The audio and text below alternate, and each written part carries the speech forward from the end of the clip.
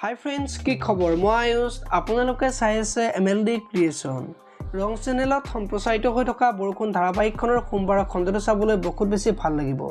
কিয়নো যোৱাটো খণ্ডত অৰ্ণৱৰ মা ক্ৰীমৰ ওচৰত গৈছিল আৰু তুমি দাদাৰ আগত মই অৰ্ণৱৰ ওচৰত যোৱা কথাটো কিয় কৈছিলা বুলি সোধাত মই কোৱা নাই, ৰিয়াই এনেই কৈছে তোমাক বুলি কৈছিল। ৰিয়াই বাৰু এনেই ক'লে, কিন্তু তোমাৰ দাদাইতো সেইটোৱে ক'লে বুলি কৈছিল। এতিয়া কি হ'ল ৰীমা, মুখৰ মাত নাইকিয়া হ'ল যে নিজে কুকৰ্ম কৰি বদনামৰ মালাডাল বেলেগৰ তাত দিলা, এয়া তোমাৰ কি স্বভাৱ বুলি কৈছিল। তেতিয়া ৰীমাই বৌ আপুনি মোৰ স্বভাৱত ধৰি ক'লে যে মইতো এইবোৰ ভালৰ বাবেহে কৰিছিলোঁ বুলি কৈছিল। আৰু কাৰ ভালৰ বাবে কৰিলা ৰীমা? এইখন মোৰ ঘৰ, ইয়াত তোমাৰ কূটনীতি নচলিব। আৰু তোমাৰ কূটনীতিকে যদি জীৱন বুলি ভাবিছা তেন্তে তুমি গাঁৱলৈ যোৱা আৰু তাত গৈ ইঘৰৰ কথা সিঘৰক কৈ ফুৰা। মোৰ ইয়াত কিন্তু নচলিব বুলি কোৱা দেখিবলৈ পাইছিল। আৰু সোমবাৰ খণ্ডটোত ৰীমা ৰিয়াৰ ওচৰত যাব আৰু তুমি কিন্তু বৌৰ আগত মোৰ কথা কৈ বহুত বেয়া কৰিলা বুলি ক'ব।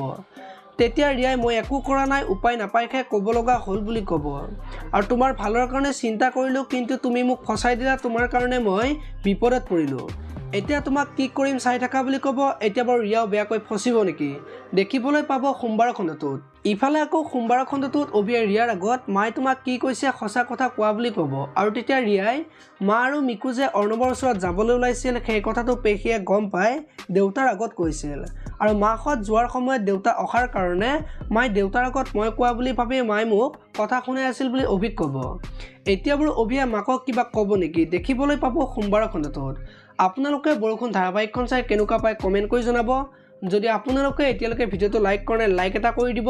আৰু যদি চেনেলটো প্ৰথমবাৰৰ বাবে চাই আছে তেতিয়াহ'লে চেনেলটো ছাবস্ক্ৰাইব কৰি বেল আইকনটো প্ৰেছ কৰি দিব। ধন্যবাদ।